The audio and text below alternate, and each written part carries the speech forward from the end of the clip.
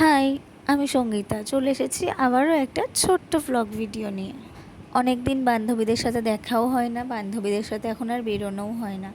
ওই জন্য ঋতুকে ফোন করেছিলাম বেরোনোর জন্য। আর আমার ফোন করার সাথে সাথেই ঋতু চলে এসেছিলো আমাদের বাড়িতে, যার জন্য ওকে একটা ফুল দিয়ে আমি ওয়েলকাম করে নিলাম। তারপর দুজন মিলে বেরিয়ে পড়েছিলাম বাউড়ে যাওয়ার জন্য, কারণ আমাদের গন্তব্য তো একটাই আগাগোড়াই ছিল প্রথম থেকেই, সেটা হলো গোবরডাঙ্গার মেদিয়ায় বাউড়ের পাড়ে।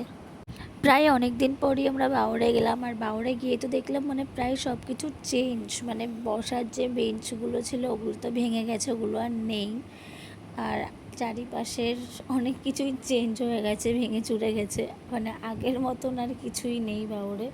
কিন্তু আমরা তাও বাউড়ে যাব, কারণ আমাদের গোবরডাঙ্গায় যারা আমরা থাকি, আমাদের গোবরডাঙ্গার মানুষদের কাছে বাউড়টা হলো একটা ইমোশনের জায়গা। আর গরমকালে মানুষ এখানে যায় হাওয়া খেতে, যেটা করতে বেসিক্যালি আমি আর ঋতু গেছিলাম। তারপর অনেক খোঁজাখুঁজির পর আমরা কোনো বসার জায়গা না পেয়ে আমরা নিচেই বসে পড়লাম। নোংরার মধ্যে বলাটা ভুল, এখন একটু পরিষ্কার করেছে জায়গাগুলো।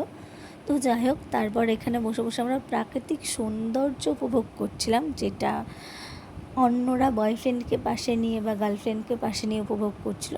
তারপর ঋতু বললো যে ওর মাসির শরীরটাও একটু খারাপ, ওর মাসিকে একটু দেখতে যাবে ওর মাসির বাড়িতে। তো যাওয়ার সময় রাস্তায় ফুচকা দেখে আমাদের দুজনের, তো আমরা লোভটা কন্ট্রোল করতে না পেরে দুজন একটু ফুচকা খেয়ে নিলাম। আর ঋতুর মাসির বাড়িতে যাওয়ার সাথে সাথেই ঋতুর মেসো আমাদেরকে আইসক্রিম কিনে এনে দিয়েছিল। তো তারপর আইসক্রিম খাওয়া শেষ না হতেই আমাদের ইচ্ছা হচ্ছে যে আমরা চা খাবো, ওই জন্য আমি আর ঋতু চলে গেছিলাম রান্নাঘরে। ঋতু চা বানাচ্ছিল, আমি জাস্ট দাঁড়িয়ে দেখছিলাম। আর যেহেতু আমি দুধ চা খাই না, তোমরা অনেকেই জানো, আগে বলেছি তোমাদেরকে ভিডিওতে, তো আমার জন্য লাল চা করেছিল আর ওদের জন্য দুধ চা করেছিল। তারপর চাটা খাওয়ার পর মাসি এখানে আমার জন্য আম কেটে এনে দিয়েছিল, যদিও আমি সবটা খাইনি, নষ্ট করেছি, যেটা আমার কাজ। তো আজকের ভিডিওটা এটুকুই, দেখা হচ্ছে নেক্সট ভিডিওতে, বাই।